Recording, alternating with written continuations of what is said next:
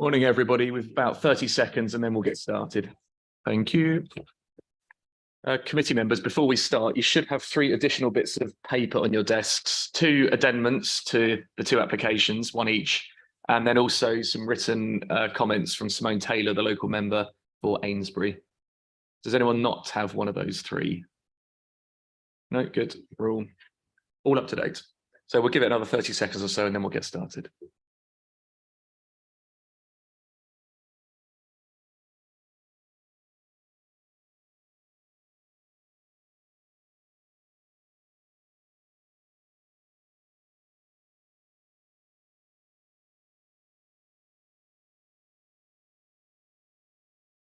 Good morning, everyone, and welcome to this meeting of Cambridgeshire County Council's Planning Committee. My name is Councillor Henry Batchelor, and I'm the chair of the committee.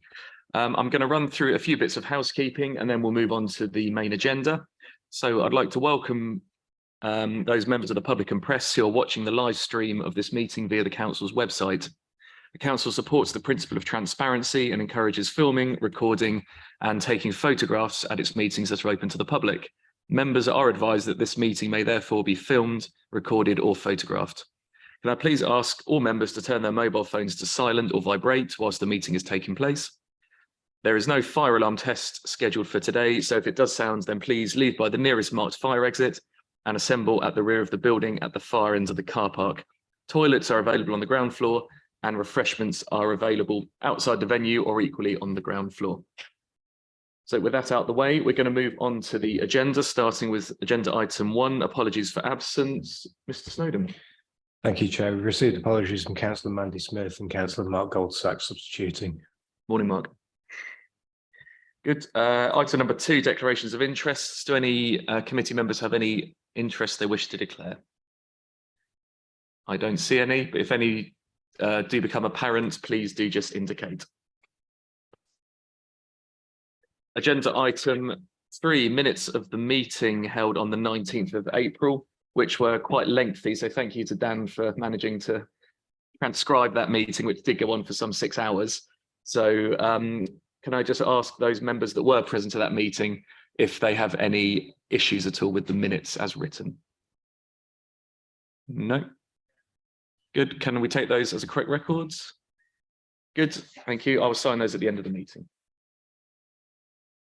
Okay, with that, we move on to the substantive items, starting with item number 4, Kennet Primary School. We have Miss Dallas Owen in the room with us, who's the presenting officer. So Dallas, I'll hand over to you for any updates to the report, if there are any, and then to introduce it for members. Thank you.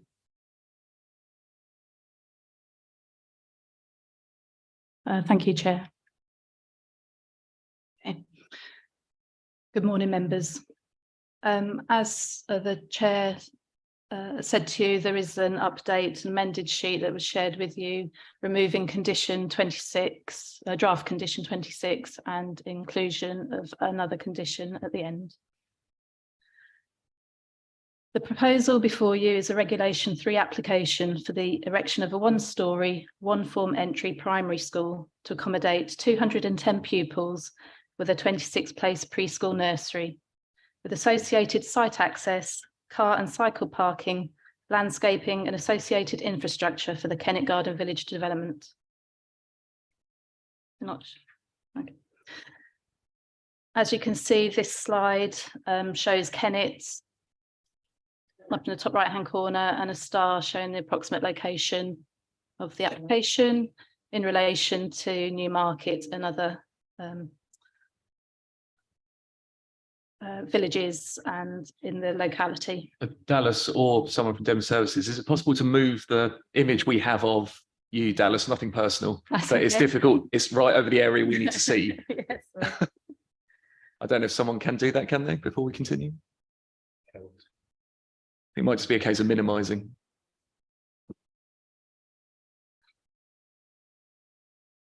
Yeah, quite an unfortunate positioning of that, as it's yeah, directly over Kennet.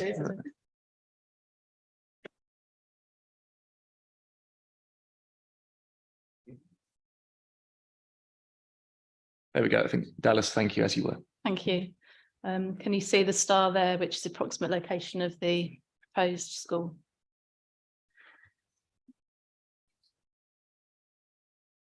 Chair, through you, would it be possible for Dallas, she may be going on to do this, to explain the extent of Kennet Garden Village, please? Well, Dallas, if you want to carry on Yeah. with your So in your- presentation, yeah, I'm okay. sure that is part of it, but if you would, yeah, continue. Okay.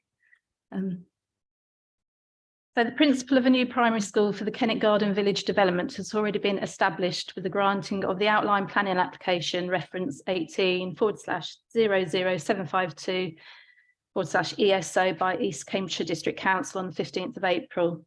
The link to that was at the end of the committee report. The provision of the primary school is mandated by the Section 106 agreement associated with the outline plan with permission. This current application brings forward the details solely in respect to the proposed Kennet Primary School. On the basis that the outline planning application for Kennet Garden Village was a departure from the development plan, the council's scheme of authorisations requires a Regulation 3 planning application for the proposed primary school to be determined by elected members, even though it has the support of statutory consultees. There have been no statutory objections to the proposal. These consultee comments can be found in section 6 of the committee report. This slide shows the Kennet Garden Village development granted outline consent by East Cambs District Council. It shows the illustrative master plan, which is an extract from the Kennet Garden Village Design Code, and the link to that is also at the end of the committee report. This slide shows extracts from the Kennet Garden Village Design Code at section 11 of that document, and it shows that the proposed primary school should have active frontage along the southern boundary, the east boundary, and going up along the part of the west boundary. This is the primary road going through the Kennet Garden development proposal, and this is like a secondary route, which is cycle and pedestrian access.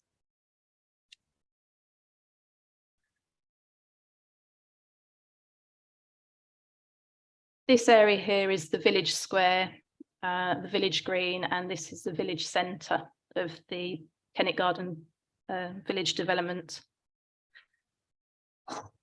This slide shows the wider Kennet Garden village development, the primary road, which is accessed from the B1085 via Danehill Road, the site area of the proposed school here, and the blue area depicts the site area of the current existing primary school. This slide shows a site plan of the school. You can see that the layout of the school buildings, the playing areas, you've got landscaping around the site, the parking areas, cycle parking, and this is like the pedestrian entrance square into the school. It also shows the scooter compounds, there's disabled parking here, and there's 3 EV charging spaces. This is the location of the proposed sprinkler tank enclosure and the refuse store, and that's the proposed draft condition that was added in the addendum for details to be provided. So this is the teaching areas, non-teaching areas, and this is the main hall along with the kitchen area.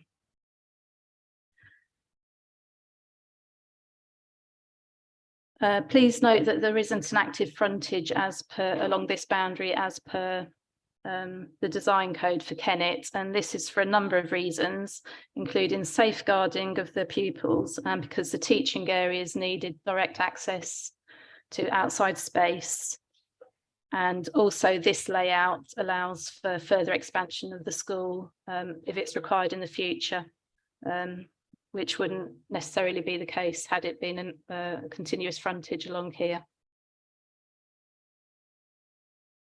This shows the layout of school again. So this is Key Stage 2. This is shared learning spaces, so STEM, library, The staff room that also needs external access into the outside space. Key stage 1, reception and nursery. The blue area is the non-teaching space. The green is the main hall.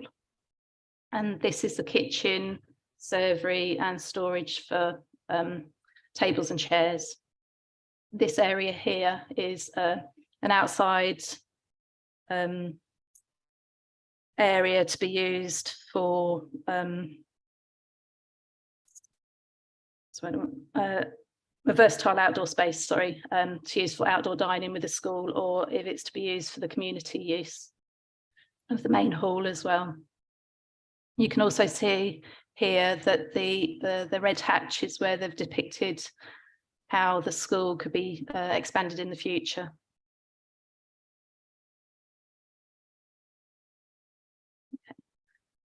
You'll see with the main hall that because there's a lot of fenestration going on from the servery, kitchen servery storage into the non-teaching areas, doors to the outside space associated for the main hall and the fenestration along the southern boundary, that there isn't any fenestration on the eastern gable, and this is to allow for the functionality of the main hall in delivering the curriculum, so PE, assemblies, presentations and such like. The flank elevation, I'm going to the next here. So this shows the southern elevation of the school. This is the main hall here, so there's lots of active frontage with all the windows. This is just that elevation blown up a bit more. And this is a southern elevation that faces out onto the village centre. This is the main hall and the eastern gable, and instead of having fenestration, and as I've explained previously, and it's in the report, that to provide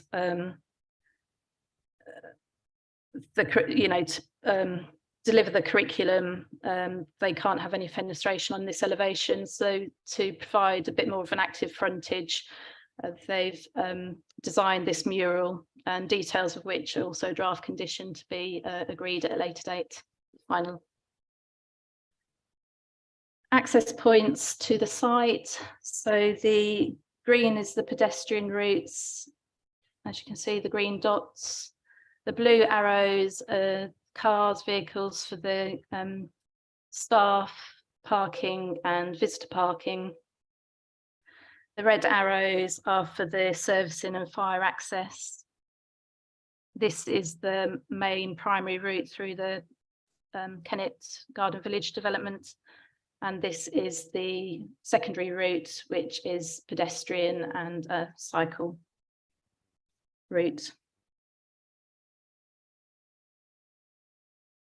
This slide shows that the red area around the site is depicted by a 2-metre high security mesh fence, which will have obviously significant landscaping within it.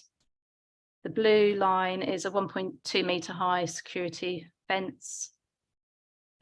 That's the playground. This area is a flexible, secure area to be used either by the school or when the main hall is being used for community facilities. And this is the square, entrance square into the school.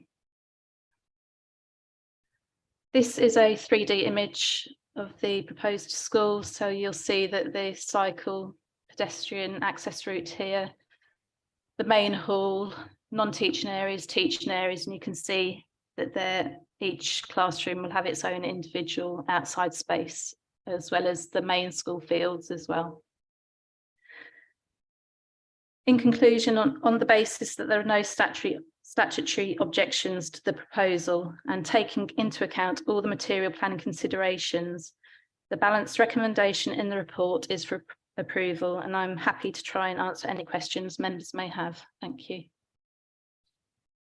Dallas, thank you very much. That was very coherent introduction for us there. Members, we do also have the agent for the applicant to speak to us this morning, but if any committee members do have any questions of clarification on Dallas's introduction there, we do have an opportunity to ask questions now. Councillor Bradnam. Thank you, Chair. At Just find it. At point 9.61, it says the proposed development lies within the consultation area for the Kennet water recycling area. And I wonder if Dallas could possibly go back to her first slide and show us where the places are relative to each other. Thank you.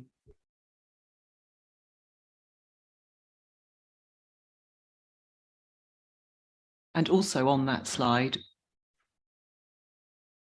the extent of the proposed garden village. I couldn't access the link when I tried before. Thank you. That's right. I think officers are just working up a response for you then. If you could come back, yeah. We've got the interactive policies map, but Dallas isn't on her laptop, so I'm trying to work out how to put that on the screen for you. And I saved a slide that I had prepared, but because I shortened my presentation, but it's at the end of this. So if I scroll through, that might help you understand the Kennet Garden Village area. That's hopefully it will answer your questions. Okay, but we need another laptop for that. It's there. Okay, here we go. Oh, hold on. No, is it coming through? Hold on. It's going through because I scrolled through really quickly. Oh, there you go. So the school will be roughly where it says the site, actually. Yes. Helpfully. Does that answer that question for you, Councillor? Answers where the school is relative to Yeah. everything else. Where is the place that's safeguarded for the wastewater treatment?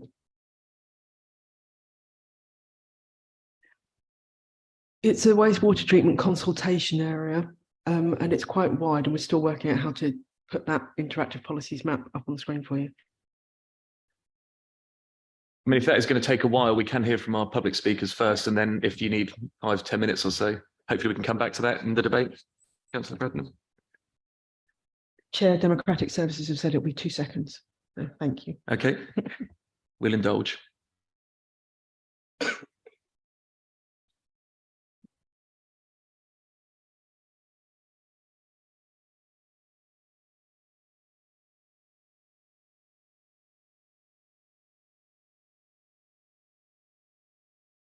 Through you, may I ask a question whilst that particular map is up on the screen whilst we're waiting? Yeah, please go ahead.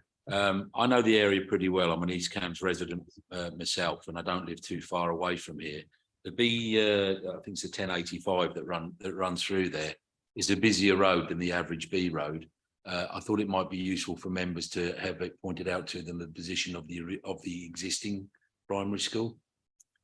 Yeah, that'd probably be relevant, I suppose.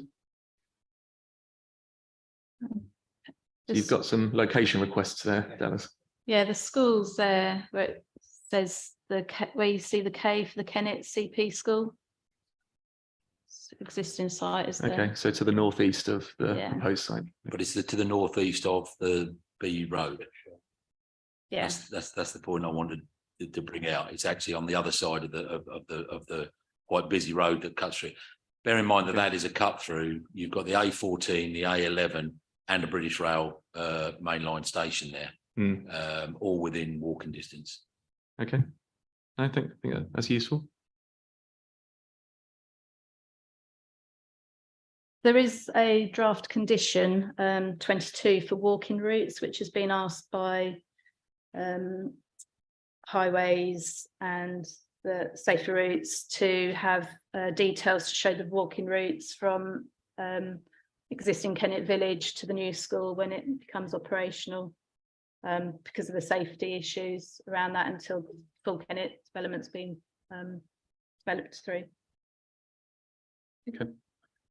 How are we doing on the other map we need to see?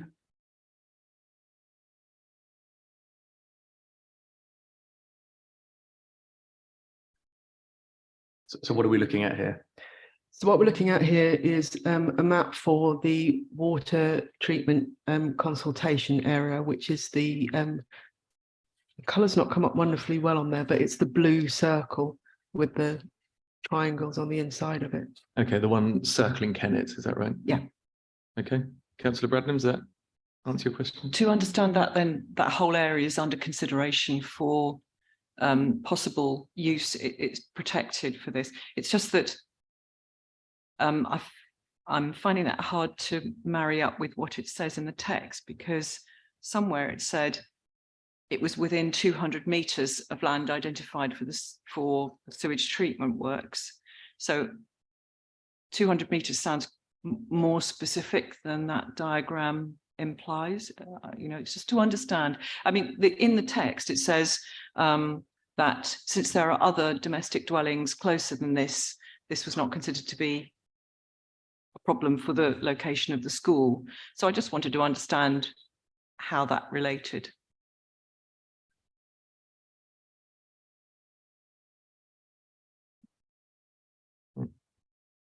Do we have a response on that one?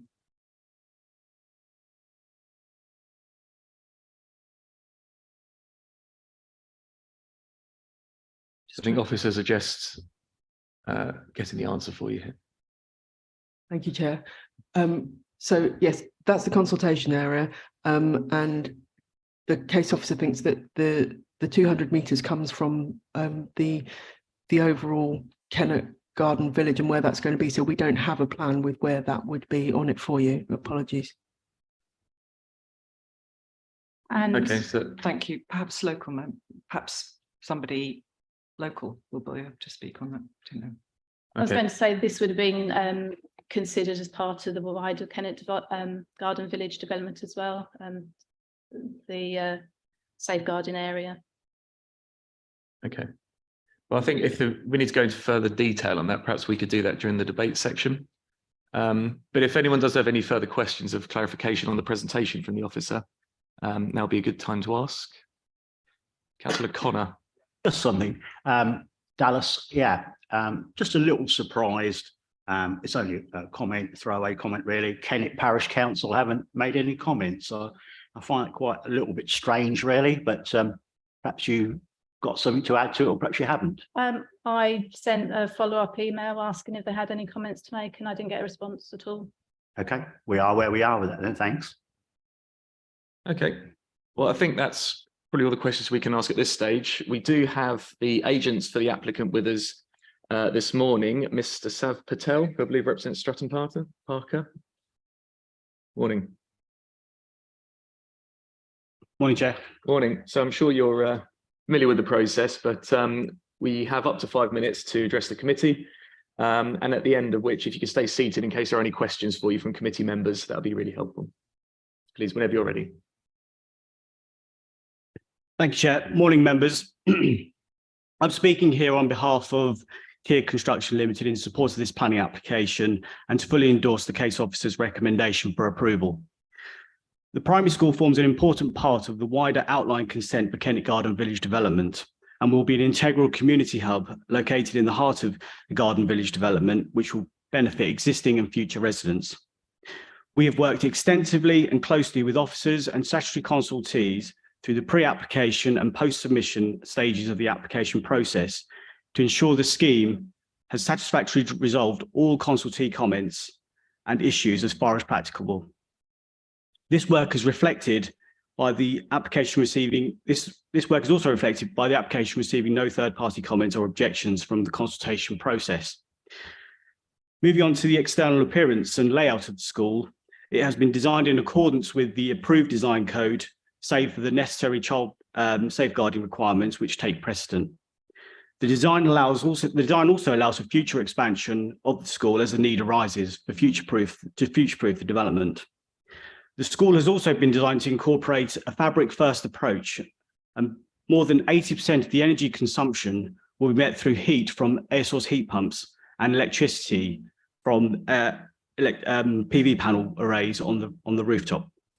As a result, the school will achieve an energy performance rating of A, which is just 1% below an A+ rating. There will be an opportunity for the trust or third party to incorporate additional PV panels in the future in order to increase this rating to A+. The layout of the school has also been designed to deliver excellent levels of natural daylight whilst mitigating the risk of overheating to create a high quality learning environment. The proposed development also provides extensive soft landscaping and delivers biodiversity net gain significantly over the 10% requirement through habitat creation, bird and bat boxes, and amongst other things. The proposed scheme is compliant with the relevant local and national planning policies and the parameters within the approved design code. The scheme has also addressed all consultee comments. We believe the primary school will introduce a high quality educational development in the heart of Garden Village and benefit to pupils attending and the local community. We therefore kindly request the application is approved by this committee. Thank you for your time. If you have any questions, please answer them. Great, thank you very much, Mr. Patel, and with plenty of time left, so I appreciate that. Members, do we have any questions for the agent from the applicant, please? Councillor Connor. Yeah, yes, thank you for that. Thank you for allowing me to speak. I'm pleased to see construction and vibration management plan, condition number 9, page 37. If you've got a paper copy like me, I'd like to also recommend, as I do at Fenland in big developments like this, to recommend that a wheel wash and or a sweeper be in attendance at all times. Obviously, the reason is to keep debris off the highway. I don't know if that will be something you could relate to and do. I think it's a question about whether you'd be open to incorporating that should the committee want to add that as a because I can see that's not in a condition, but I would like that added to a condition. And as we also would like to see air quality monitors dotted around the site. Obviously, I don't know if that's something you'd be happy to do. So yes, I think just 2 questions there. Should the committee want to add in those conditions, would the client be open to that?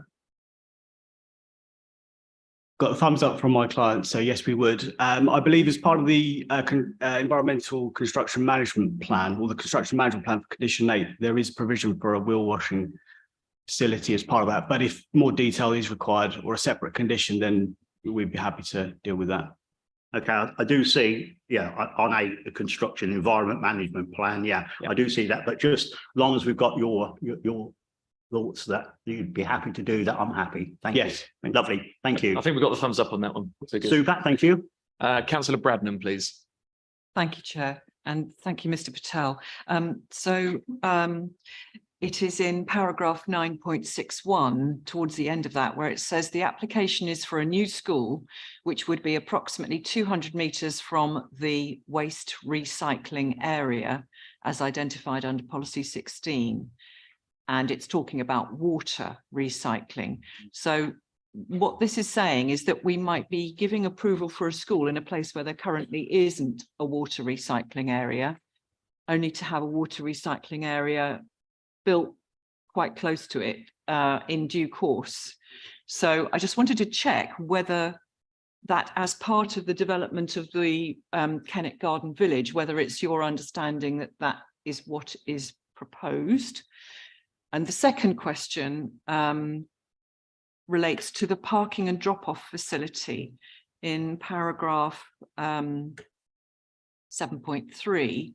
It relates to the request for amendments to allow for a parking and drop-off facility for parents, because this was recognised as being, it looked quite a constrained access by vehicles, and that's perfectly reasonable when you want to try and encourage people to come on foot. But I just wanted to check what had been done about that, because it says at paragraph 7.4, in the absence of a temporary on-site pickup drop-off facility, it seems inevitable that there is the potential for conflict between parents, the school, and surrounding residents, commercial occupiers in the wider development. It's logical a travel plan coordinator lead the discussion for appropriate short-term solutions. So I wondered if you could advise us what's the plan there. So that's 2 things. Thank you. Sure. So I think, 2 questions for you there. But probably worth also mentioning that the principal of the school has been agreed by the district council. So we're not discussing whether the school should or shouldn't be built. It's should it be built as it is on the plans. But Mr. Patel, please, over to you. Yeah, so with regards to the wastewater treatment or waste recycling area, that would have been considered as part of the outline application. that's, I suppose, I wasn't part of that process, but I'm sure that would have been considered and consulted on and discussed as part of that before the outline consent was approved. Obviously, our site is sort of, yeah, is surrounded by housing development anyway.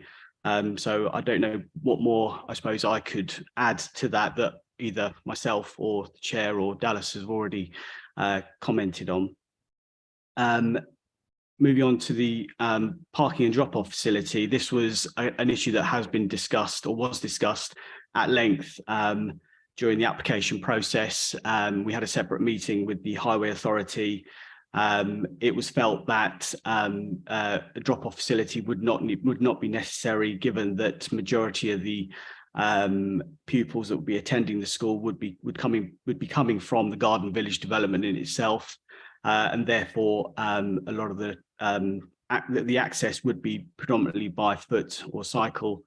And obviously we want to try and encourage sustainable modes of transport. We have a travel plan condition, I believe, to ensure that sustainable modes of transport are used to access the facility.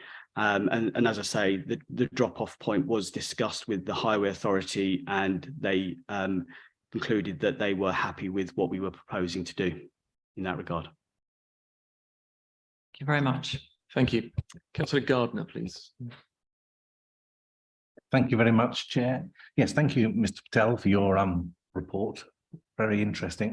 One question I've got, in your report, you said that the school would achieve an A rating for carbon, but it could at a later stage get an A+. Why are we not going for A+ at this stage?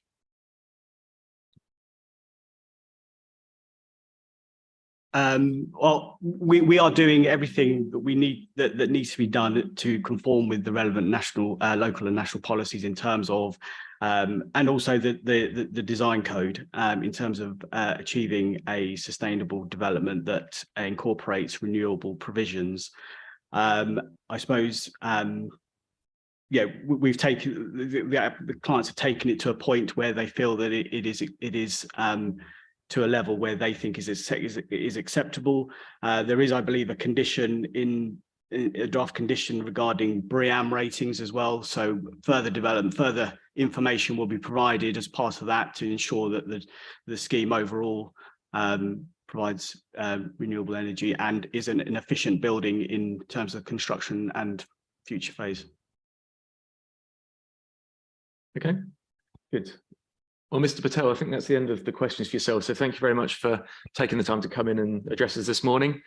Members, those are all of our public speakers. So we're now going to move to the debate part of proceedings. So this is, members, we have an opportunity to ask further questions of officers should we need them. And also hopefully we can come to a collective view on whether this should be permitted or not. But before we start, I'm going to ask officers if they have, sorry, was there information we're waiting for? Yeah, okay.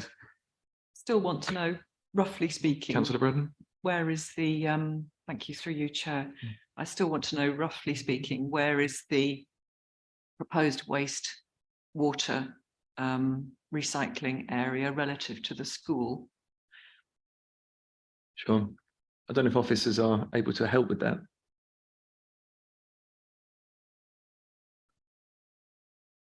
Again, if not, we can take another speaker if we need a bit more time.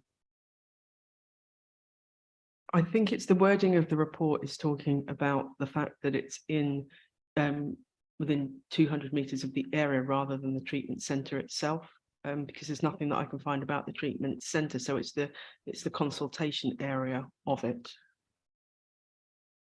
So the proposed or the location of the school is within 200 meters of the consultation area of the waste treatment plant, as opposed to the treatment plant itself. So what's the difference then between the consultation area and the area of the location itself? I think that might help. That's what we're struggling to find. Okay, fine. Perfectly honest, when you showed us the circle on the diagram, it looked to me as if actually the school was within that area, not within 200 meters of it. That's partly why I'm confused about it, and why I'm a bit perturbed that it says in paragraph 9.61, I'll read it. The application is for a new school, which would be approximately 200 metres from the proposed water recycling area. Now, actually, our diagram showed it to be inside it, as far as I could see from the two diagrams. And I'm not trying to be awkward, but I just don't want us to accidentally build a school in a perfectly sensible place and then find that a few years down the line, a sewage works gets built right next door, which makes it horrible for children to work and learn in that environment. I think it's a fair question, but as mentioned, the location of the school isn't up for debate. There will be a school here. It's just whether the application we have in front of us is the right design, layout, etc. Perhaps the other way around this would be, Chair, to ask officers if at the time, because Deborah Jeekins is our waste management officer, and so I'm just and I'm just wondering whether we would be in a position at a later stage, if this is approved, and incidentally, I see absolutely no reason to refuse it. It's had no statutory objections at all. So I think this is perfectly sensible and a reasonable place to put this school. And it looks a good design and it looks carefully thought out.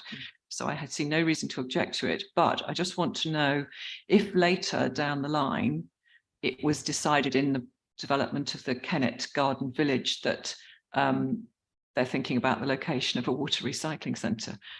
Would the location of the school be a reason for one of those things that they would take into account when locating such a centre? Because if the prime location topographically, because we know sewage is handled by gravity largely, and some pumping, but largely by gravity. So if the topographical location makes it perfect for a sewage works, then it would be really unfortunate if, is there any way that we can make sure that any water recycling centre is not located within 200 metres of the school? I suppose as this is coming first, essentially, it would have to be the water recycling centre that would have to comply with the school, not vice versa. But equally, we have an obligation as a planning authority for minerals and waste not to jeopardise necessary infrastructure by current planning applications, don't we? And so I'm sure this would have been taken into account when the outline was given permission, but I just wanted to check. Is that ability? Would we have that ability to influence the location of a water recycling centre within its prescribed area to make it as far from the school as we possibly could? I mean, I suppose as the Minerals Authority, we don't sort of tell people where to build things. We have a proposal put to us, and then we say whether it's acceptable or not. So I suppose it would be up to the waste and minerals provider who's making an application to put it in the best location they think will have the best chance to achieve planning permission.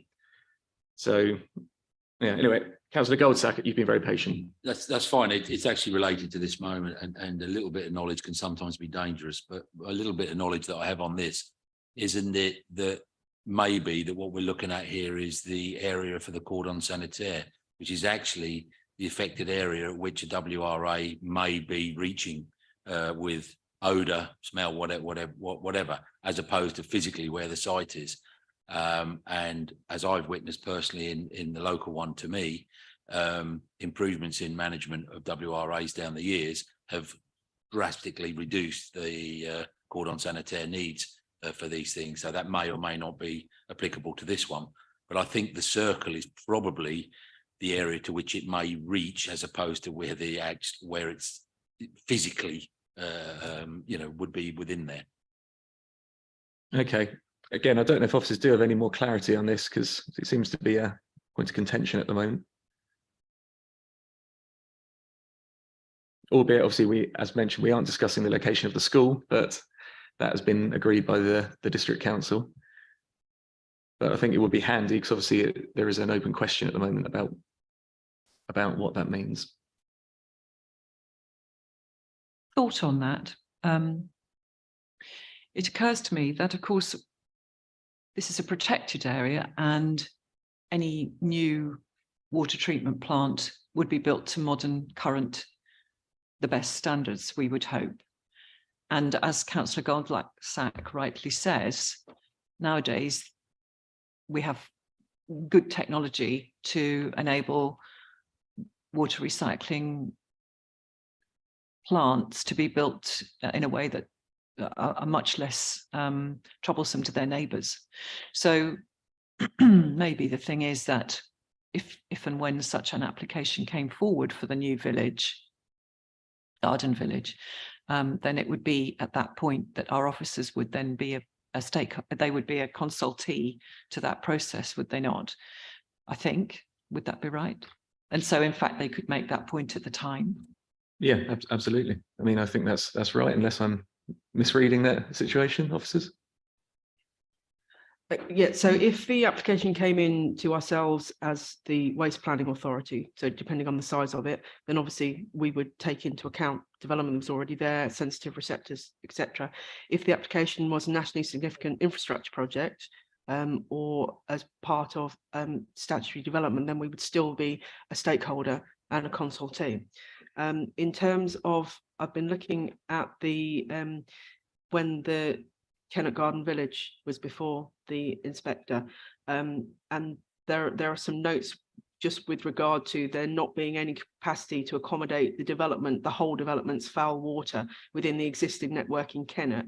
And so consultation with Anglian Water has identified that a direct connection to the Newmarket sewage treatment works via a dedicated pumped rising main from the site, broadly following the A14 west to the STW. I'll have to work out what the acronym for this, as a dedicated pump, broad sewage treatment works, yeah, would provide sufficient capacity. So I think that is why we have that consultation area, and that it hasn't yet come forward.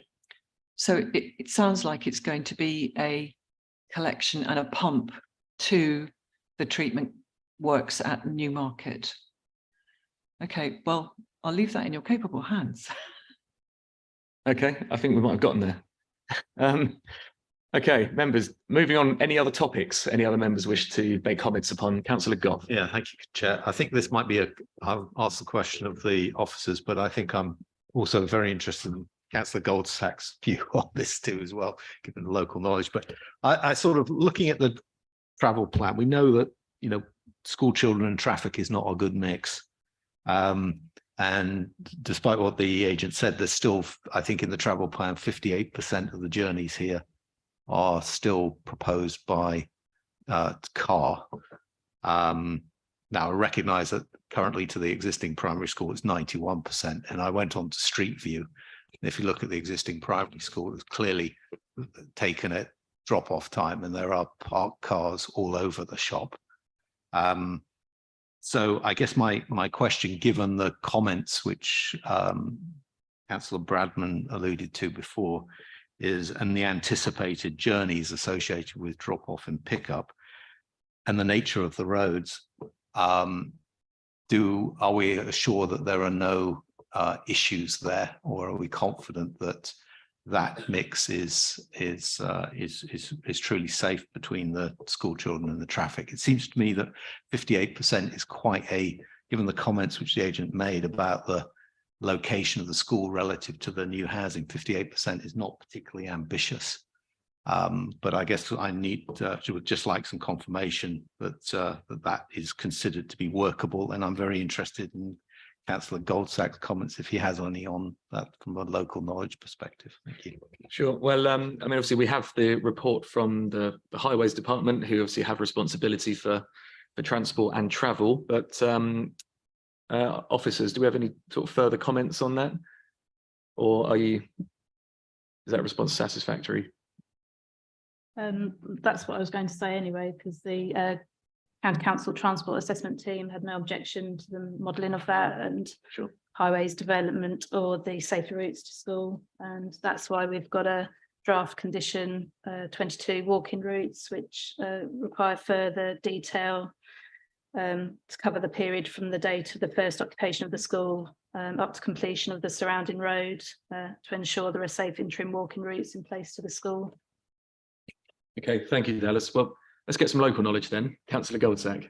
Let me be absolutely clear. It's a route I use very regularly, and I live approximately 2 villages from here. I am not an expert on Kennet and the street names and everything. What I will say is. You are a de facto local member, I It think. would seem, it would seem so at the moment. But what I would say is that what we've got in the current situation, and this is to answer Councillor Goff's point, I think, is a 91% drop off on the main thoroughfare that links the A14 through to the A11 and all the villages in between. So they are all interfering with the general road of traffic, the general direction of traffic. What we're actually looking at here is a school that's being built off of that route, unique, that will only be taken the traffic for those that are taking children to school. So I slightly share Councillor Goff's views that 50% could have been slightly better. But if you actually look at when this site is completely built out, there's an awful lot of integrated walk routes, cycle routes, and smart travel routes for kids to get there. So I would hope that over time, habits would form and that the 50% would be high as opposed to what we're actually achieving. But that's the extent of my local knowledge, Chair. Good, no, always appreciated. Officers.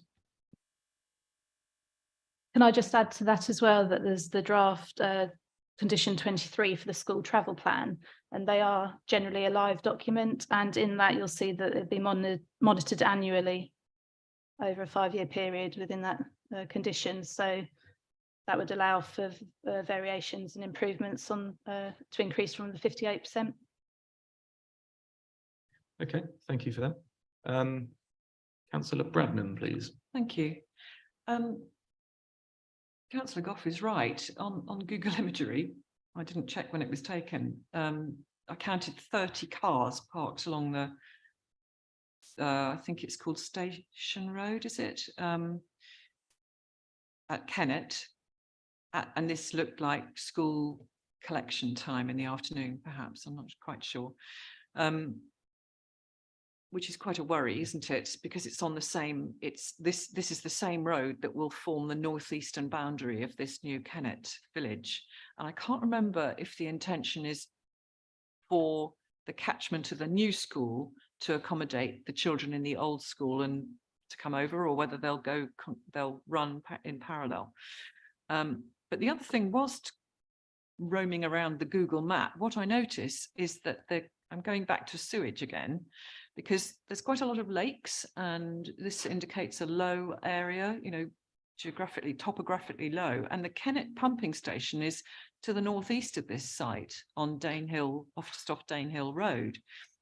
And we've been told by the officer just now that the intention would be for sewage to be pumped towards Newmarket. Now, and it was parallel to the A14, wasn't it? And I'm just slightly bemused as to why that would be the case.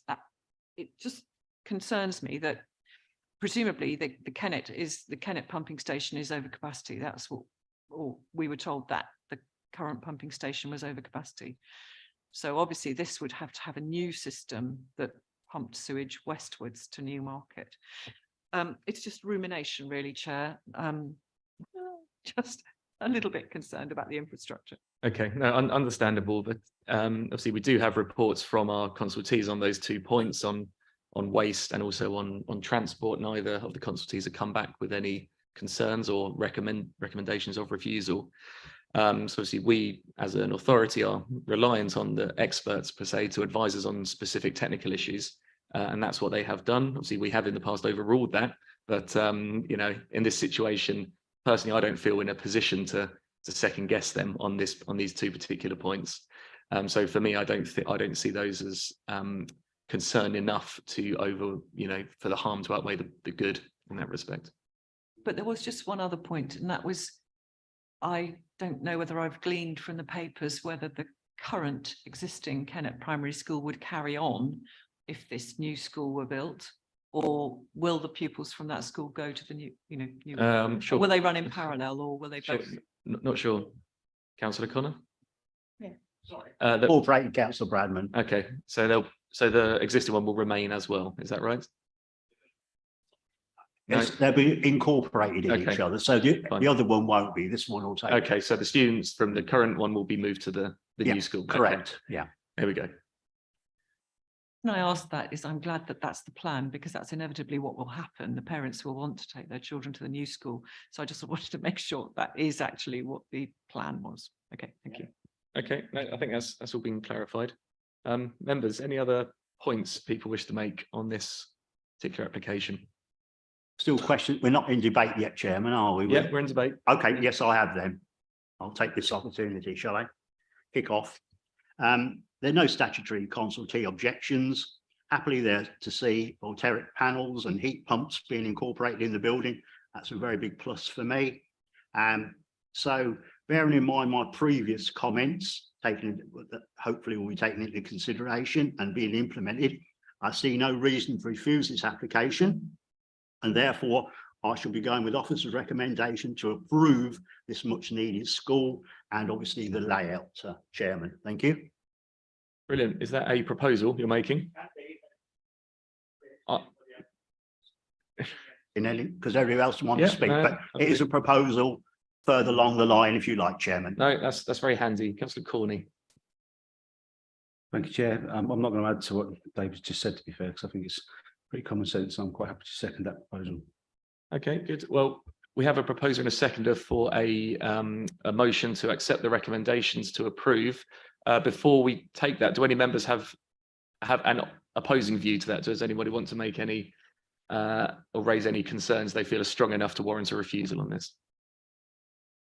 I can't see any. So see, we have a proposal to accept the recommendation, which is on page 34. With the amended construction management plan that Councillor Connor mentioned. Yeah, that's a point actually. So officers, see, we heard the Councillor Connor was asking the applicant if they would consider adding some specific points around wheel washing and air quality monitors to the conditions, which I think the applicant seemed to be in support of.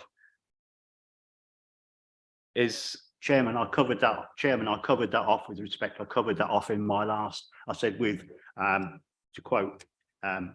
So my previous comments taken into consideration, which Mr. Patel agreed with, and being implemented, which. Okay, I'm just seeing if we need anything Yes, yeah, official in the recommendations, in the right, conditions, yeah, to make please. sure it is legally binding. Yeah, But belt and braces. Thank you. yeah. So I mean, officers, are the conditions incorporate that as it is, or do we need to add something specific to cover that? We may want to just check with the applicant, but we think it's already within the construction environment management plan, or good. I can have a look now for that. If it's already within the sort of construction plan, then I don't think we need to add anything.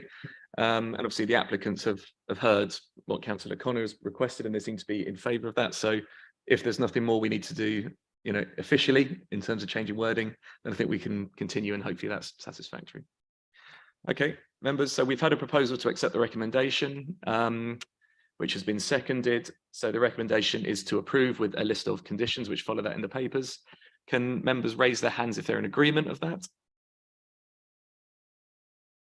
That is unanimous. And for absolute clarity, does anybody wish to oppose or abstain? No, so that application is unanimously agreed. Thank you very much, everybody. Okay, with that, we will move on to the next application, which is agenda item number 5. And that is an application at Samuel Pepys School in Amesbury, St Neots. The presenting officer is making her way around, so we'll give her a minute. Thank you, Dallas. So the presenting officer we have is Kathy Render, who's joined us live in the room. Kathy, do you need a minute to get yourself set up? Okay. I'll tell you what, members, should we have a 5-minute comfort break then, as officers need a minute or so to set up? So it's just before 5:02, so if we start back bang on 11, we'll hopefully finish the meeting from there. Thank you.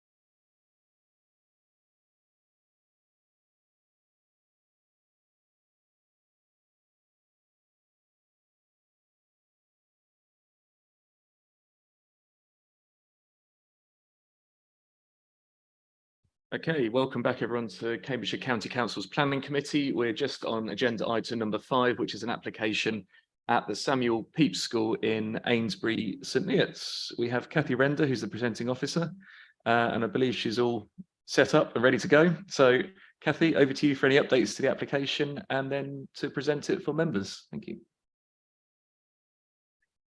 Thank you, Chair. Good morning, members. I believe you've all had sight of the addendum. Oh, yeah. I believe you've all had sight of the addendum, which is essentially there's some additional plans that have come in to deal with condition 20, which was a pre-commencement condition. New plans have been submitted to make this a compliance condition, and they will be added to the list of plans that would be on the decision. And they are referenced in the addendum that I've submitted, along with also we'd missed off the reason for the plans. This is standard reason. Okay, right. So proposal before you.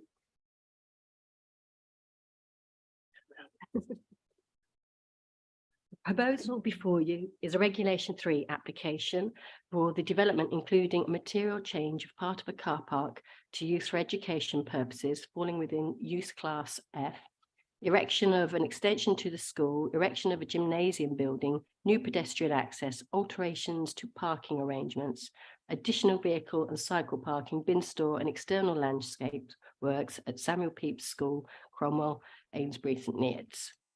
This development represents a departure from the development plan, as the car park, including the car park that is to remain within the ownership of Sealed Air, is allocated under allocation SN4 of the Huntingdonshire local plan for up to 20 dwellings.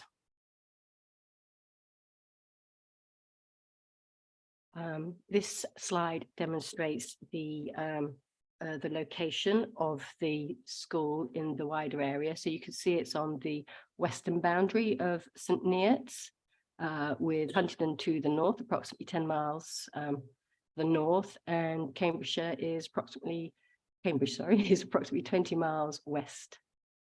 Okay. Yeah, sorry, I'm reading off the slide. Next slide. This is a zoomed in view.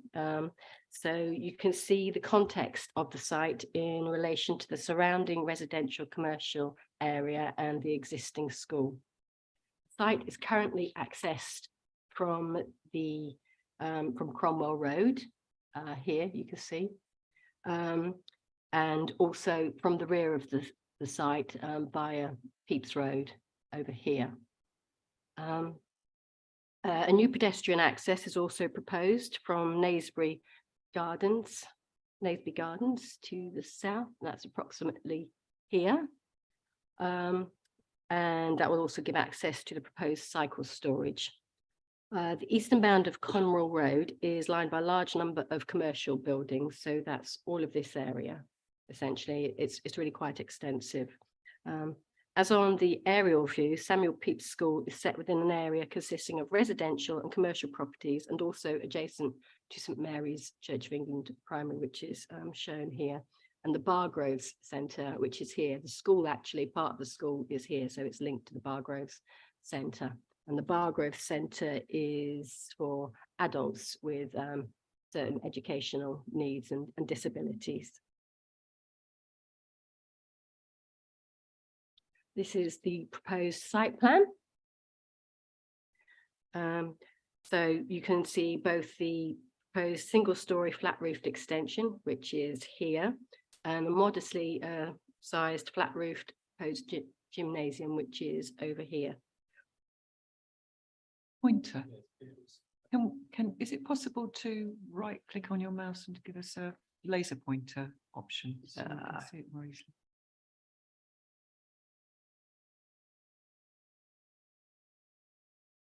Any better? Okay, there you go. Okay, so where was I? So the proposed gym over here and the extension are proposed to match the existing materials of the school, which the panels, which we've got sample panels that were created and laid against the school, and we've seen photographs of those, and both ourselves and the urban designer at Huntingdon District Council have viewed the sample panels, and we consider them acceptable. So essentially, you're going to have buff bricks punctuated by panels of buff coloured render with dark grey fenestration. A new entrance to the school is proposed here.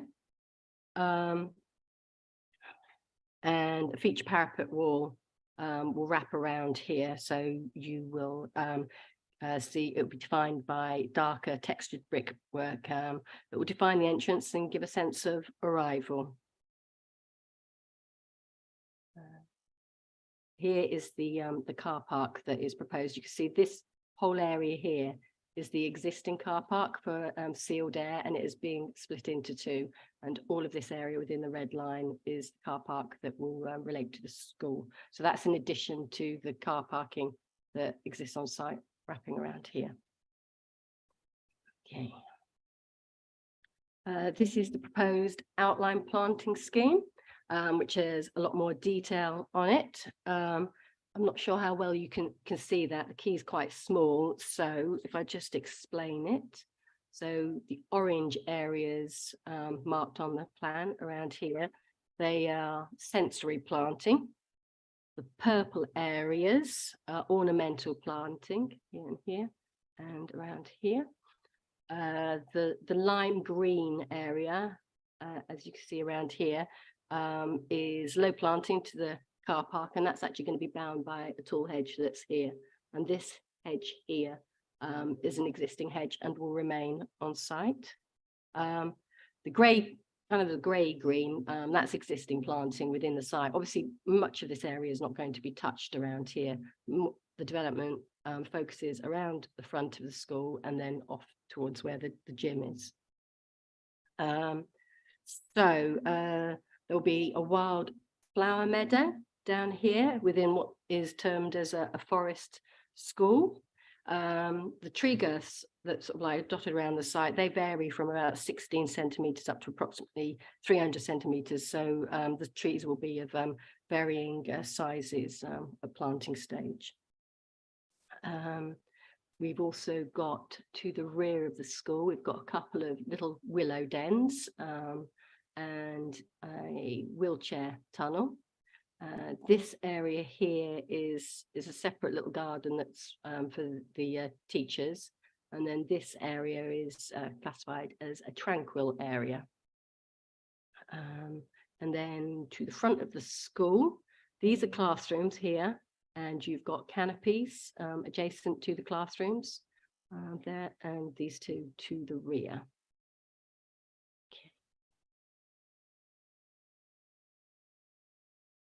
These are the elevations of the school.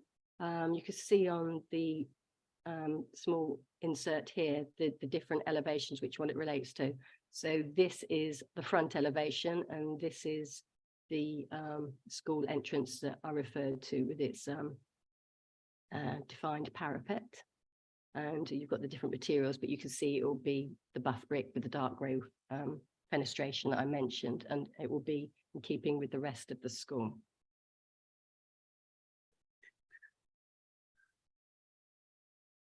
This shows the detailing of the actual extension and how it's going to be divided. So you can see the different classrooms. You've got a kitchen, you've got dining area, and you've got more administrative aspects, obviously the front entrance to the front of the school.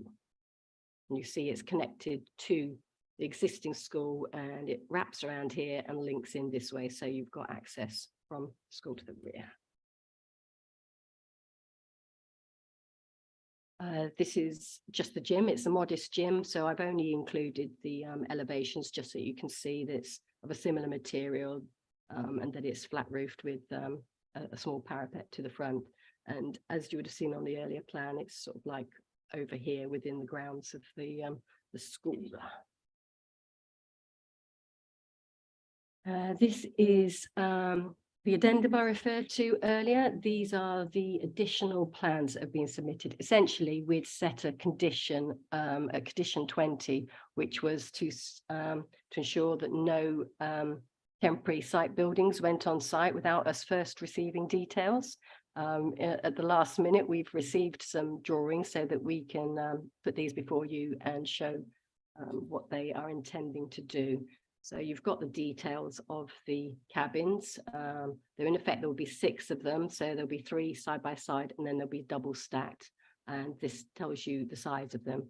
This is the location of them. So they're set within an existing area of hard standing. They will be easy to put in and remove because this area here is proposed planting. So that's not going to be obscured or run over or anything. And this area around here is existing hedging and trees, and hence the location. We've had them moved away from the canopy so that there wasn't any potential for disturbance to wildlife or any potential cutting back of the trees or removal as a result of those temporary buildings going in. So in effect, we've got 3 slides showing that. So you can see the type of buildings. Here we go. You can see 1, 2, 3, and they're double stacked, and then obviously they have access.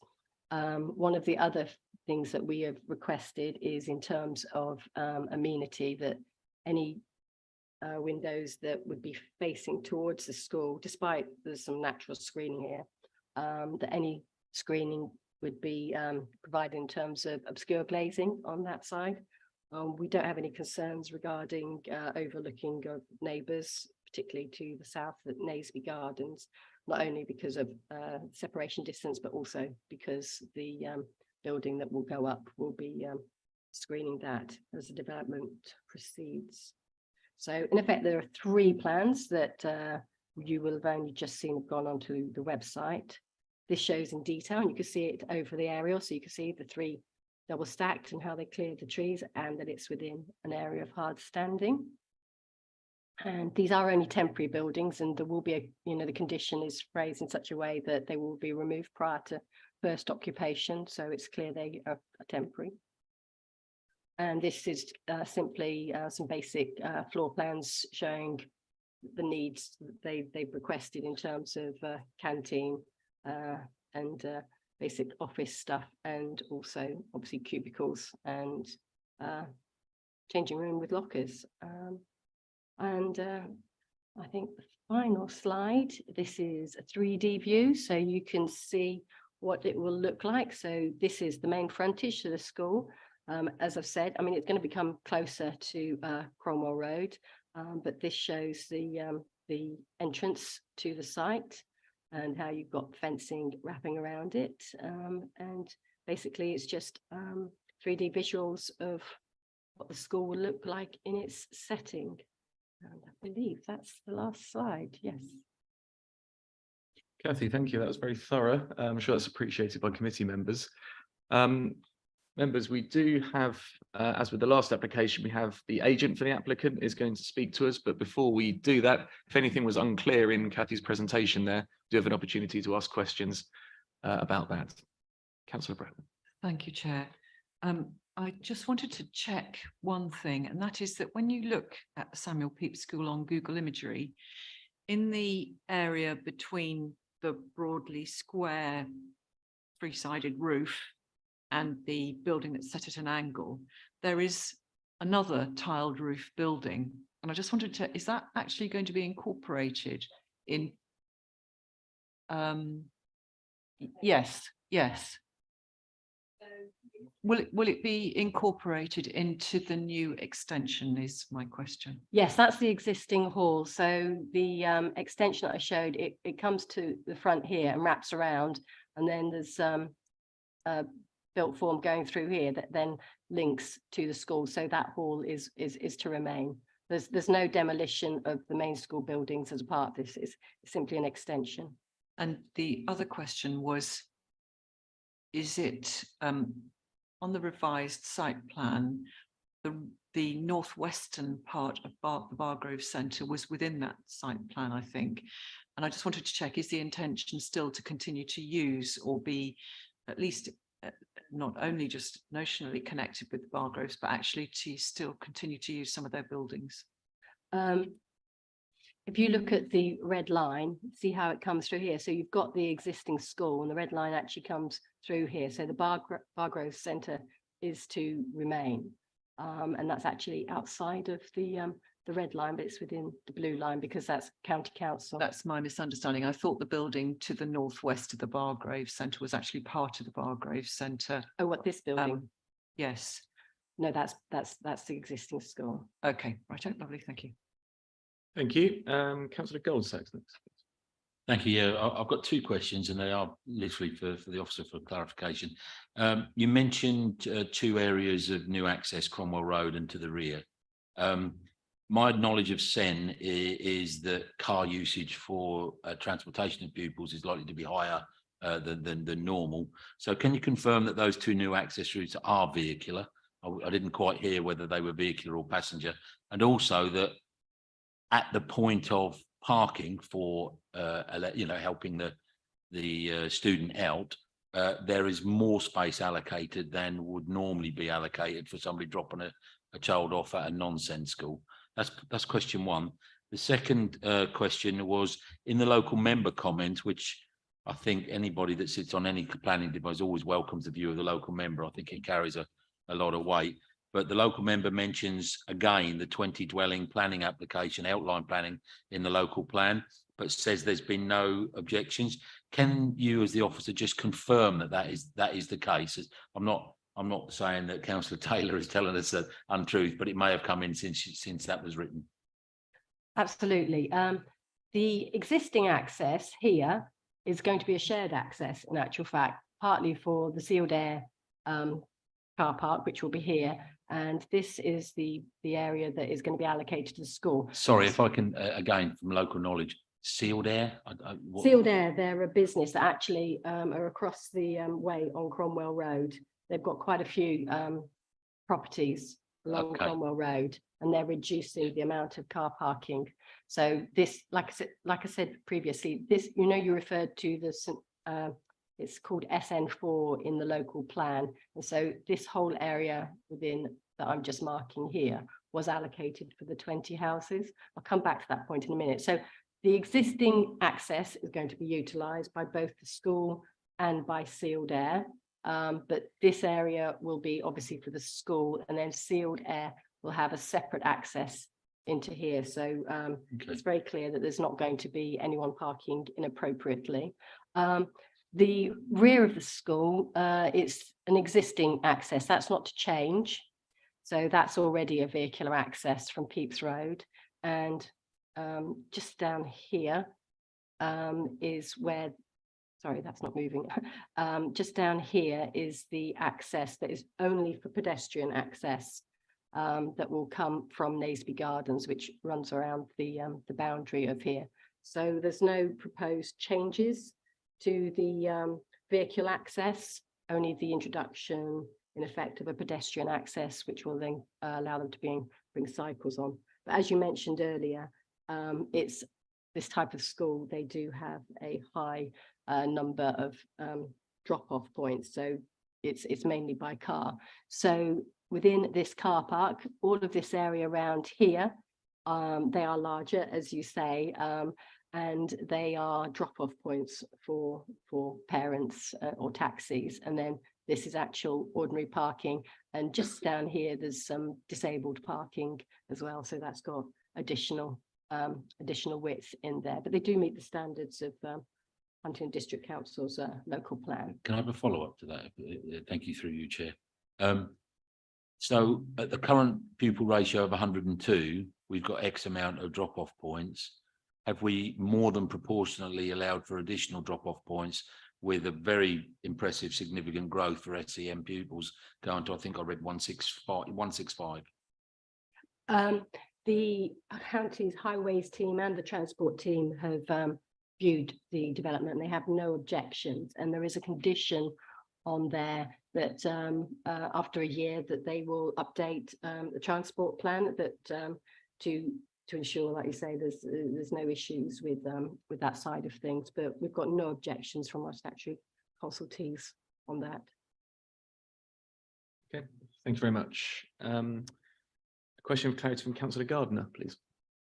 Thank you very much, Chair. Yes, with regard to what you've just said, with regard to the joint access for both Sealed Air and the school, I'm just slightly concerned with regard from a safeguarding point of view that you've got two lots of people going to two different areas, but you can actually access the whole of the school site without going into the sealed air. If you're going to sealed air, is the education department happy to having two different organisations using the same entrance from a safeguarding point of view, getting onto that site? Because it would seem to me it would have been better to have had two separate entrances whereby the school was totally secure and sealed air's car park was totally secure. Because at the moment, as far as I can see, unless you can tell me differently, if you're going to either one, you could go into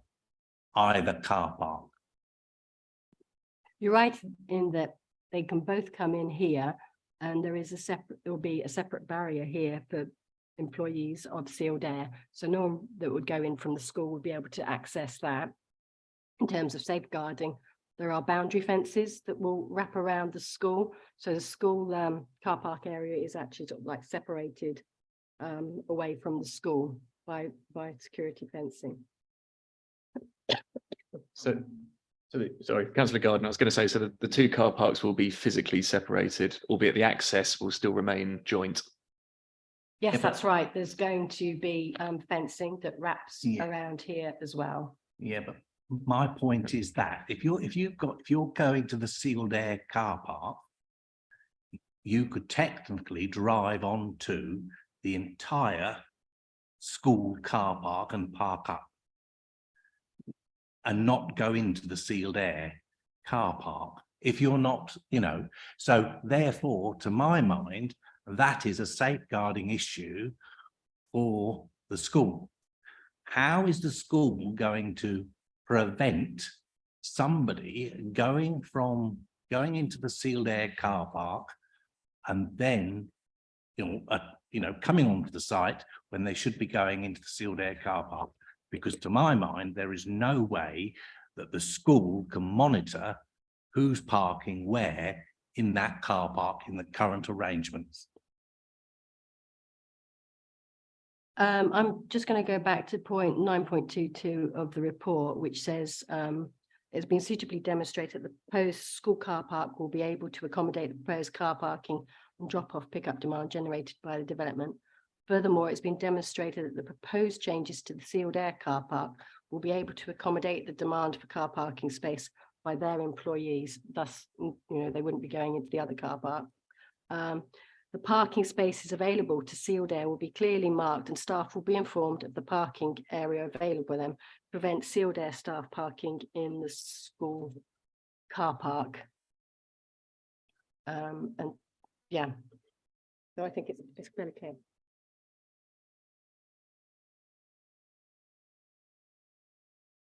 So I think, Kathy, what the question essentially is the school and the Department for Education satisfied with what's been proposed in terms of safeguarding? We've not had any concerns raised, and bear in mind that obviously it's the school that is applying to have this Sure. part of the car park Okay. changed. Well, we are going to hear from the school in a few minutes, so perhaps we could ask them as well if they're satisfied. Yes, that would be helpful. Thank you. Surely, with your permission, Chair. Well, we do have a queue, Anna, of speakers, Sorry. if that's okay. Thank you. Councillor Sanderson, please. Thank you, Chair. I welcome this. I know it's been something the school have been keen to do and for some time, and it's certainly very much required. And thank you for your presentation, Kathy. My question, I think, is in a not dissimilar vein to the ones that have just gone before. Is there any agreement then with Sealed Air that they will allow the car parking spaces to be used? How will that be governed? I guess that's my question. Well, Sealed Air are actually selling that part of their car park. So you've got two separate developments, because actually at Huntingdon District Council, bearing in mind, and I'll come back to this, there was an allocation for up to 20 dwellings on the entirety of the existing car park. Sealed Air have submitted a separate planning application, and it's been approved by the District Council, accepting that will remain as car parking for them. and then the area behind that is obviously going to be within school car parking. That's land that will be owned because it's within the red line. That will be land owned by the school itself. I did want to come back to one point, which was a query about the fact that it was allocated for housing. And we did go to District Council with regards to whether they found that this was okay, as it would be represents a departure from the development plan, which is the main reason that it has come to committee today. And we had no concerns raised by the District Council. And part of the reasoning for that is twofold. There's some windfall sites have come forward as part of Huntingdon District Council, and they're actually over and above what their expectations were. And so the loss of these potential 20 houses that are actually allocated within the local plan is considered to not be substantial. Therefore, they're not unhappy about this change here, bearing in mind also that an extension of this kind for this type of school is much needed. Thank you, Kathy. Councillor Brennan. Thank you, Chair. Apologies, I didn't mean to interrupt before. I just wanted to ask if this was felt to be a concern, would it be possible to add a condition that controls that says that access to the school car park would be controlled in some way? Because actually what we're concerned about is safeguarding of the children on the site. And so I'm just wondering if it would be possible to do that. I'm not familiar with how safeguarding of school car parks is managed. Normally it's when you go into the actual school site itself, isn't it? But when they're interlocked like this. Perhaps it might be helpful to hear from the agents for the school, or the applicant, sorry. So obviously we can ask these questions directly, and then should we want to potentially add anything in condition-wise, if it's legally possible to do so, then I'm sure we can explore that during the debate section. So if there are no further questions of clarity for the officer at this stage, we will go on to our public speakers. So hopefully we have Mr. Jack Miller, again from Stratton Parker. Mr. Miller, if you'd like to take a seat. So thank you for joining us. You have 5 minutes to address the committee. And then if you could stay seated at the end, in case there's any questions of clarity from committee members, which I think there may be one or two. So please, whenever you're ready. So the planning application before you today seeks planning permission for the expansion of the Samuel Pepys SEN School. This planning application is a Regulation 3 application made by Cambridgeshire County Council for its own development. I'm speaking today on behalf of Kier Construction to endorse the case officer's recommendation for approval of the scheme. Samuel Pepys School caters for children and young people with complex special needs aged 3 to 19 from the St Neots area and further afield. The school is oversubscribed, but the current capacity is 102 places. This planning application seeks planning permission to increase the number of SEN places available by 63 to a total of 165. These places are urgently required to meet this educational need. Planning law requires that applications for planning permission be determined in accordance with the development plan unless material considerations indicate otherwise. As set out in the Case Officers Committee report, the proposed development is strongly supported by national and local planning policy, in particular paragraph 95 of the National Planning Policy Framework, which states, "It is important that a sufficient choice of school places is available to meet the needs of existing and new communities. Local planning authorities should take a proactive, positive and collaborative approach to meeting this requirement and to development that will widen choice in education. They should give great weight to the need to create, expand or alter schools through the preparation of plans and decisions on applications."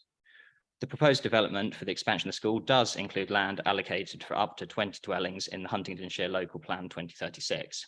However, as set out in the Case Officers Committee report, Huntingdonshire District Council have raised no objections to the use of this site for an extension to the school. HDC have recently approved planning permission for the continued use of the remaining section of the allocation for parking for Sealed Air's employees. No planning permission has to date been granted by HDC for residential properties on the allocated site.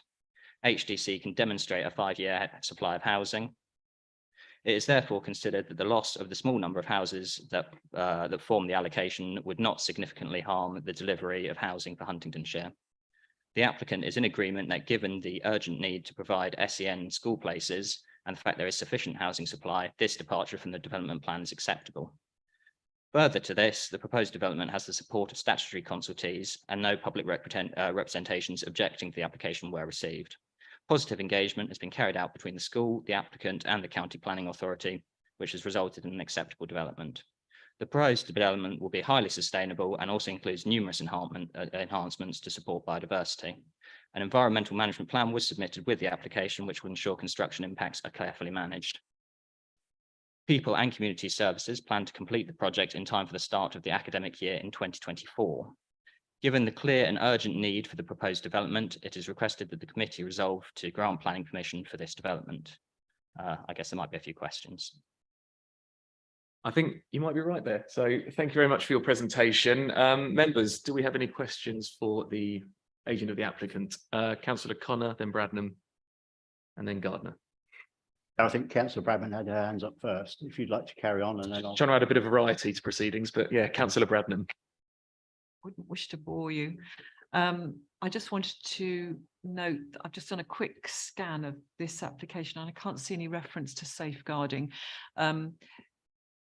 That doesn't mean to say it hasn't been taken into account, but I just wondered whether the applicant has any view about how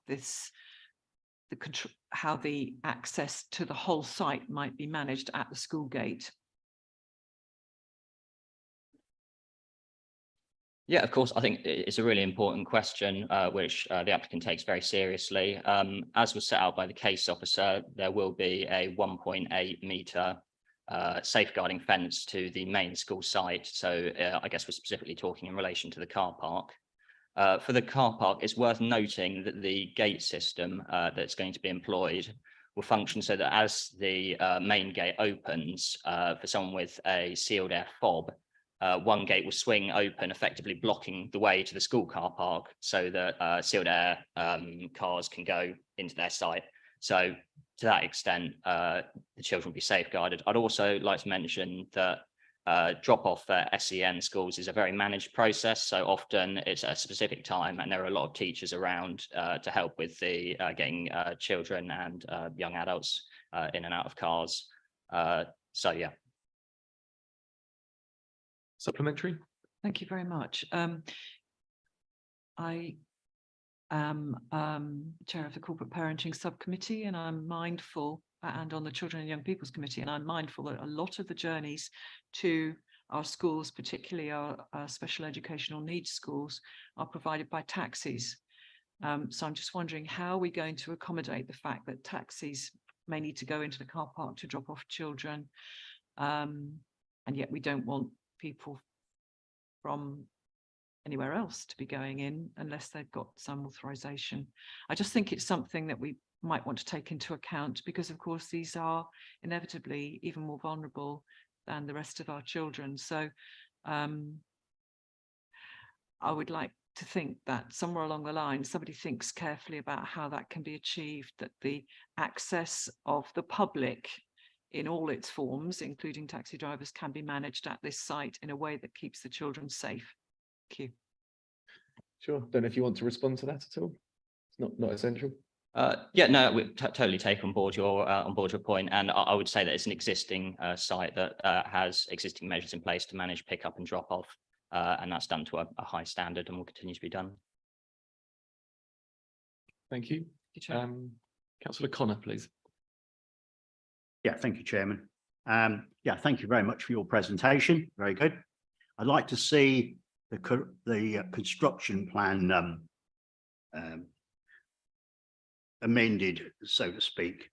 It's got, I'm happy with the hours from Monday to Friday, but what I'm not happy with is the hours that you've got in your application from 8 o'clock or 7:30 till 5 o'clock.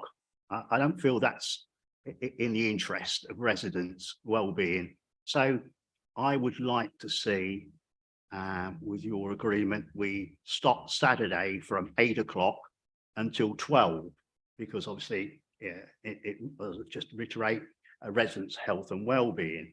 So We'll just press on and then you can probably answer me your comments. We'd like to also see a road sweeper in attendance at all times.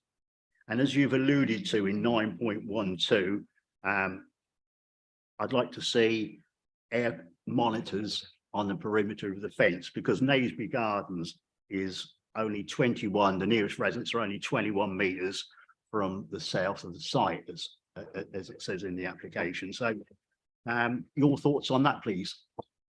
Thank you. Thank you very much for the questions. As far as I'm aware, in the environmental management plan on page 4, the working hours, I think Saturdays is what we're referring to, are end at 1 p.m. I don't know if anyone's got the document in front of them, but it's possible that it is different somewhere else in the document. That could be an error, but I believe we're trying to stop at 1 p.m. On, if I may, on page 74 of 146, if you've got a paper copy, hours of construction 25, it says Saturday 7:30 to 1700 hours, which is 5 o'clock.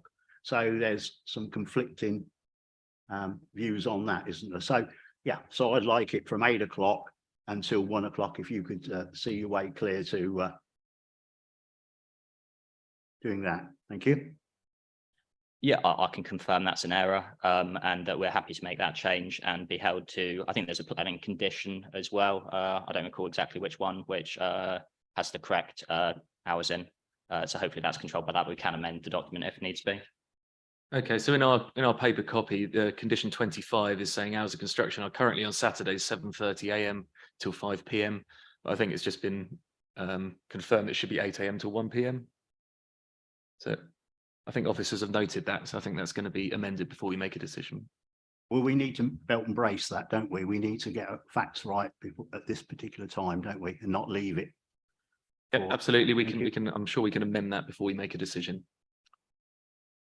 Chair. Thank you. Councillor Gardiner, please.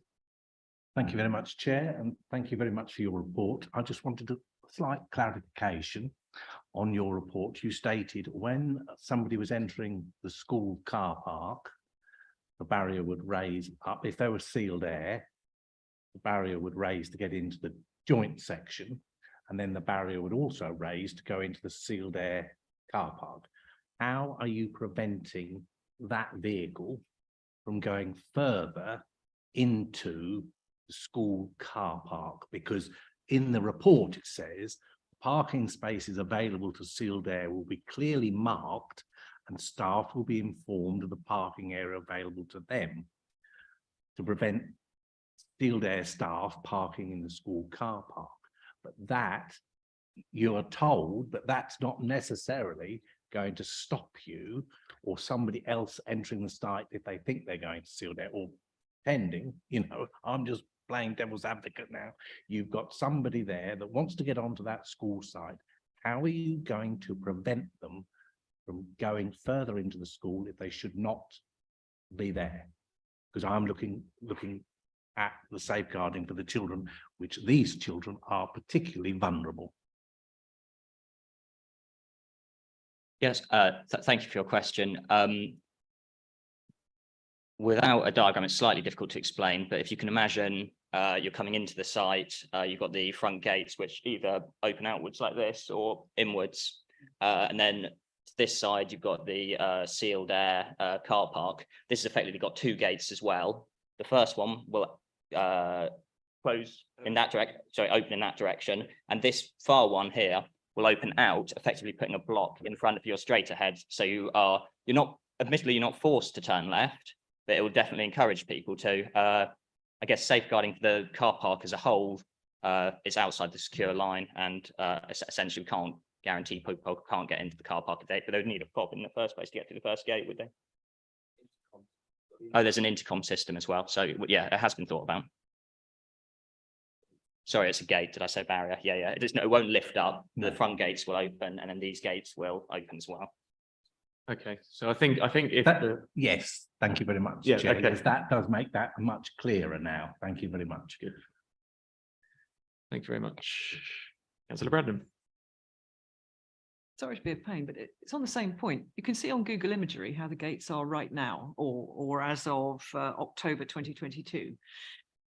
There is a double width access with a fixed part in the middle and a gate on one side and a gate on the other. Surely, to goodness, the sensible thing is to make sure that the car park areas are separated by a fence, so that you either go in the gate that goes to the school, or you go in the gate that goes to the sealed air car park. And can we not just say that these gates should be amended or managed or handled in such a way that somebody who has, let's face it, malintent cannot get onto the school site unless they have a good reason to be on the school site? Okay, I think rather than you answer, I think it's pretty better if we hear from Deborah on this one, or Kathy. If you look at condition 24, we've put a condition on relating to the vehicle access gates, which essentially says, notwithstanding the submitted details in support of the application, prior to the erection of new vehicular access gates to the car park, details shall be submitted to the county planning authority, development to be carried out in accordance with the submitted details. So I think we're sort of like covering. Forgive me, but the covering- reason given under I that appreciate condition is in the interests of visual amenity. It is not to do with the safeguarding of the children.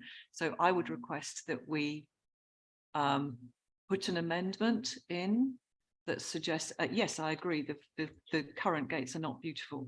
They're probably quite functional for sealed air. But I think we should be making a point that the reason for changing those access gates should be to ensure the safeguarding of the children in the school. Okay, perhaps we'll come on to that during the debate if someone does want to propose a change. But whilst we do have our speaker with us, does anyone else have any further questions of clarification for our speaker? No, I don't think so. There is some discussion going on, so if there's anything you else do want to say, please. Yeah, so sorry, just conferring, but was that amendment put up, suggested or put forward? I think there was a suggestion that might be proposed a bit later on in the meeting, I think. Okay, the issue with that is we've got an issue with highways don't want to us to have two accesses on that bit of road. I think was the initial reason why we've not separated out the accesses. And essentially, we feel what's in place at the moment will provide safeguarding. We do have the 1.8 metre fence that surrounds the actual school site. Effectively, whoever it might be who has malintent would have to drive into the SEN school car park. And they'd have to get into the intercom and the fob, and then they would have to do something while the process was being managed by teachers. And as I said, it is a heavily managed process. So I think we're confident we've put in place the safeguarding measures required with the current system. As well as meeting the requirements of highways and the drop-off area. So, yeah, unless I don't know what officers' views are, but I think the current setup is acceptable. Okay, I think that's very clear. So thank you for that. Well, I think those are all the questions of clarity for yourselves at this stage. So thank you very much for taking the time to come speak to us. Members, with that now, oh, sorry, we do also have obviously the comments of the local member, Simone Taylor, which we have printed copies of. I'm not proposing on reading those out in full, but members have had sight of them. I think it's safe to say she is supportive of the proposal as it is. Obviously, if anyone wants to make reference to that in the debate, that's completely your choice. But members, we are now into the debate section. So if we do have any further questions for officers or members wish to come to a view on this application, now is the opportunity. I think firstly, probably better to tackle the suggestions of amendments we've had with officers. So one suggestion we had, which I think is a slightly more straightforward one, which the applicants are in favour of or agreeable with, was to change the hours of construction in the condition 25 on Saturdays from 7:30 to 5 to 8 until 1 PM. Is that? Yeah, we're in agreement. Good. Okay, fine. That's one ticked off. Obviously, the second one that we've just been discussing was around condition 24, which is around the vehicle access gates. So obviously, the condition itself does say any detail of the gates would need to be agreed with the local authority before they're installed. But I think what the concern that Councillor Bradnam raised was the reason for that was due to visual amenity rather than safety. I mean, if in the reasoning, if we included in the interest of visual amenity and safeguarding as the reasoning for that condition, would that essentially cover what the concerns that have been raised are? It would, Chair. We would just need to check and reference a policy either in the NPPF or the National Planning Policy Framework or the Huntingdon local plan, but I'm sure. Okay, but we obviously we don't have that to hand now, but should we agree this with that caveat that the reasoning with that with the relevant policy number is included as the reason for that condition? A moment.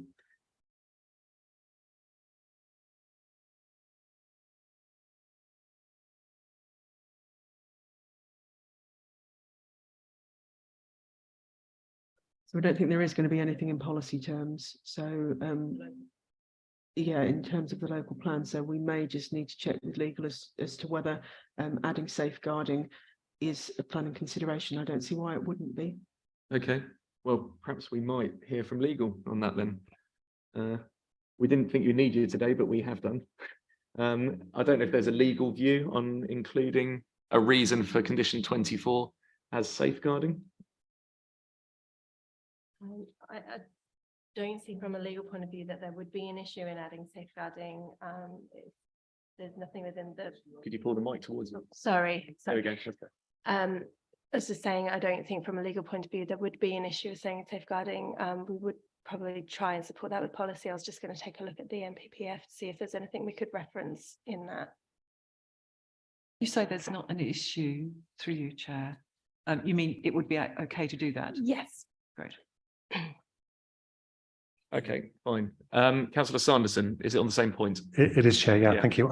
I personally think we're stretching this a little bit because is it a material planning consideration? Obviously, we'll check the NPPF. Safeguarding is very important, of course it is, but it's obviously something the school will need to implement. If we have a condition, does it actually matter what it relates to as long as there is a reason for it? If that condition helps with highway safety and enhances the safeguarding, then even if that's not mentioned in the condition, that's surely a good thing. Sure. I mean, I suppose, the condition itself dictates that the design of the gates will need to be agreed before they're installed. So yeah, I suppose in a way, it doesn't matter what the reason for that is. Obviously, it would have to conform with all the relevant policies. So yeah, I don't know, officers, well, we've heard the legal advice, there probably is no issue with putting safeguarding as a reason for that, but I suppose the question is, does it matter what the reason is? Because it will have to come to the local authority regardless. It then comes down to who we would consult on that in terms of safeguarding.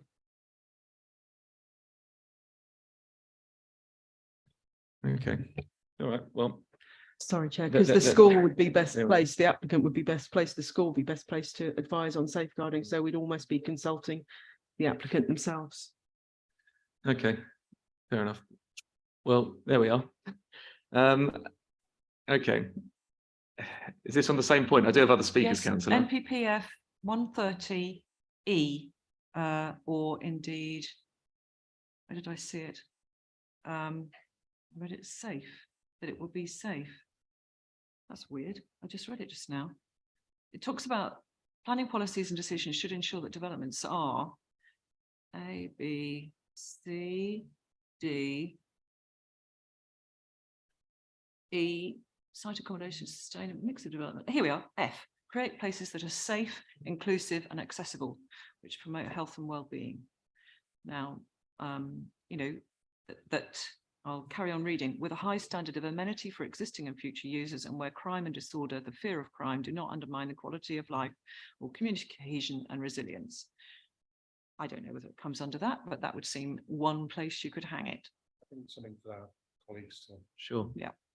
Well, yeah, as I think was mentioned, we do have the condition. We're not asking to add any conditions in. So obviously the justification for that is currently visual amenity, but obviously any design that the gates would have to have would need to conform with all the relevant policy.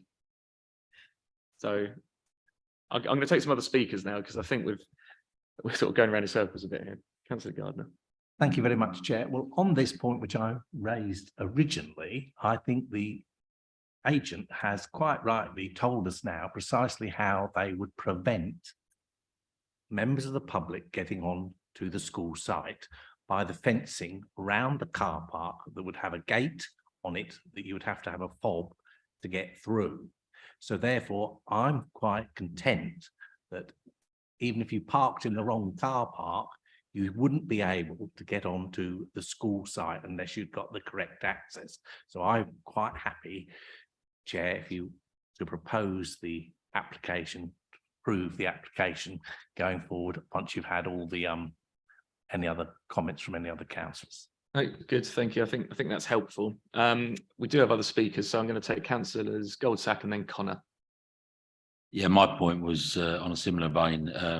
In an attempt to move this on, I think the additional 63 SEND places for West Cambridgeshire is long overdue and much needed. I think it's an absolutely fantastic school from everything that I read and researched about it. I have personal concerns about the distances we expect our SEND students to travel to get to their education. I think that's something we have to look at.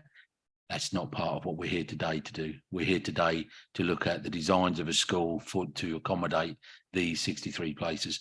I think we've seen a presentation from the officer supported by the agent that says that they know what they're doing. They're building a very good school and it will better serve our SEND students across probably Cambridgeshire, because I'm pretty sure that the travelling distance some people will be making will be 25, 30 miles to get to this school, which is wrong. But it's a right that so it's moving in the right direction. So I, for one, would be happy to propose acceptance of this, subject to the conditions that have been changed to move this forward. Okay, good. That's useful. I think we're moving in a direction now. Councillor Connor. Thank you, Chair. Again, with us, again, no statutory consultee objections. We need schools of this nature.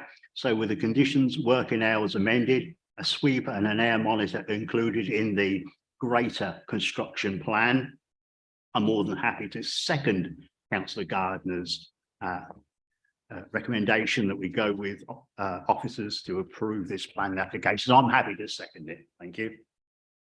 Okay, thank you very much. Members, so we do have a motion to accept the officer's recommendation of approval, which has been seconded. Do any other members wish to make any final comments, or is anyone else of a view that any potential harm outweighs the benefit of this and they will be voting against? Can't see anyone. So, well, with that then, I think officers have noted the changes in condition. So members, with those changes in condition that we've discussed, we have a recommendation on page 66, item 11, which has been proposed and seconded. So can I ask all those members that are in favour of approving that to raise their hands? That is unanimous, but for clarity, does anyone wish to vote against or abstain? No, so that application is unanimously approved. Thank you very much. Okay, members, we have just two more items, but those are all the planning applications we need to discuss today. So thank you everyone that took part in that. That was greatly, your participation was greatly appreciated. Members, we're now on to agenda item 6, which is page 77 of our agendas, and that is the review of local information required for the validation of planning applications. Deborah, is it you? Okay, over to you, please. Thank you, Chair. The report before members relates to the proposed updates to the County Council's local validation list and guidance notes, which set out what information needs to accompany the submission of planning applications over and above the national requirements. The local validation list has to be reviewed and updated at least every 2 years, and the current list and guidance notes were approved by members in 2021. So the purpose of the report is to ask members to approve the adoption of the revised list before June 2023. Having a current validation list and guidance notes ensures that sufficient details are submitted to support planning applications at the outset, and this helps avoid the need for further submissions, revisions and consultations during the determination, which causes delays. It also removes uncertainty for agents and applicants and ensures that consistent requirements apply to similar applications. The revisions to the current list and guidance that officers proposed were very minor and included where district councils had updated their supplementary planning documents since 2021 or web links that had changed in the last 2 years. Consultation on the revised draft of the guidance took place for 6 weeks between the 2nd of February and the 16th of March this year, and the list of those consulted is in section 2.3 of the report, and the full list of all the responses received can be found in Appendix 1. Members will have seen that the most detailed consultation responses were received from Stratton Parker on behalf of the Council's Education Capital team that submit Regulation 3 planning applications for development at schools, and the Council's Climate Change and Energy Service specifically commented relating to the need to address climate matters in application submissions. As reflected in the recommendations to members, officers are seeking member approval to update the links and references to the local plans or legislation updates contained in the list and guidance if they change during the period that this new list, if approved, is in force. And in addition, and as noted in response to the consultation comments that were received and all set out in Appendix 1, officers consider that the climate change and environmental matters that have been raised need further consideration, and therefore are recommending that the Head of Planning and Sustainable Growth is authorised to update the local validation list in respect of these matters during the period that the 2023 list is in use, again, if approved, to align with legislative changes that we know are coming, and also with the Council's strategic framework and the aims that we have in relation to climate and energy and health. However, any such updates would be subject to legal advice, and if they were significant, if any changes were significant, then further consultation may be required. There's no amendments or updates to the report, so I'll hand over to members to, I'll answer any questions, and then if they wish to debate. Thanks, Deborah. That's helpful. So members, we just have a very simple recommendation that we approve the minor changes to the guidance notes. Do any members have any questions on this? Or can we take this by affirmation? Members agreed that we accept the recommendations? Absolutely. Well, Clear. Thank you very much. Clear as a bell.